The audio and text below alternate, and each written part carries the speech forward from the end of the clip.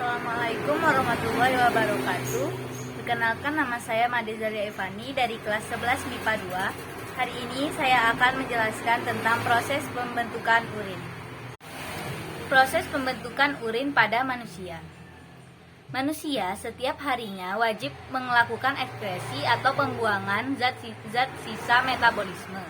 Salah satunya yaitu buang air kecil alias kencing dengan mengeluarkan urin. Urin adalah hasil sisa metabolisme yang melalui proses sekresi dari ginjal dan kemudian dikeluarkan dari dalam tubuh melalui saluran kemih. Urin biasanya mengandung zat yang sudah tidak diperlukan oleh tubuh sehingga perlu dikeluarkan karena dapat meracuni tubuh. Proses pembentukan urin ini melibatkan beberapa organ, terutama organ seperti ginjal, kandung kemih, dan saluran kemih. Proses pembentukan urin terdiri dari 3 tahap, yaitu filtrasi, penyaringan, reabsorpsi, penyerapan kembali, dan augmentasi pengeluaran zat. Filtrasi. Proses pembentukan urin yang satu ini dilakukan dengan bantuan ginjal. Setiap ginjal mempunyai sekitar 1 juta nefron, yaitu tempat pembentukan urin. Pada waktu tertentu, sekitar 20% dari darah akan melewati ginjal untuk disaring. Hal ini dilakukan agar tubuh dapat menghilangkan zat-zat sisa metabolisme, limbah, dan menjaga keseimbangan cairan, pH darah, dan kadar darah. Proses penyaringan darah pun dimulai dari ginjal. Darah yang mengandung zat sisa metabolisme akan disaring karena dapat menjadi racun untuk tubuh.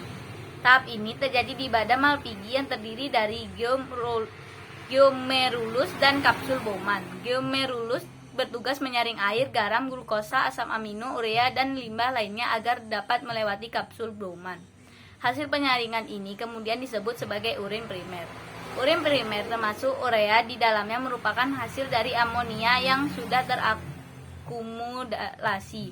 Hal ini terjadi ketika hati proses asam amino dan disaring oleh glomerulus. Reabsorpsi.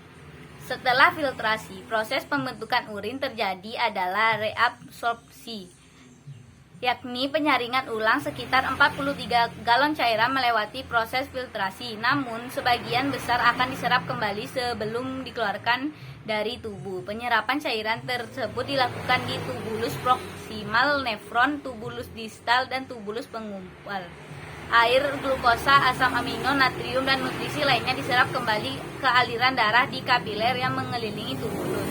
Setelah itu, air bergerak melalui proses osmosis, yaitu pergerakan air dari area yang terkontraksi tinggi ke kontraksi lebih rendah. Hasil dari proses ini adalah urin sekunder. Setelah proses reabsorpsi berlangsung, terbentuklah urin sekunder. Jika zat-zat yang dibutuhkan oleh tubuh diserap kembali, dibawa kemana ya zat-zat yang tidak diperlukan oleh tubuh? Nah, zat-zat ini akan disekresikan pada tahap augmentasi. Augmentasi merupakan tahap terakhir dari proses pembentukan urin pada tubuh manusia. Jadi, seperti yang disebutkan di atas, zat-zat yang tidak diperlukan oleh tubuh akan disekresikan. Disinilah tempatnya. Augmentasi terjadi di tubulus contortus distal dan tubulus collectivus pengumpal sebagai tempat penyimpanan urin untuk sementara. Di tahap ini masih terjadi penyerapan kembali pada air, garam, NaCl, dan urea sehingga terbentuk urin sebenarnya yang harus dibuang oleh tubuh. Sekian video penjelasan pembentukan urin dari saya. Kurang lebihnya saya mohon maaf. Wassalamualaikum warahmatullahi wabarakatuh.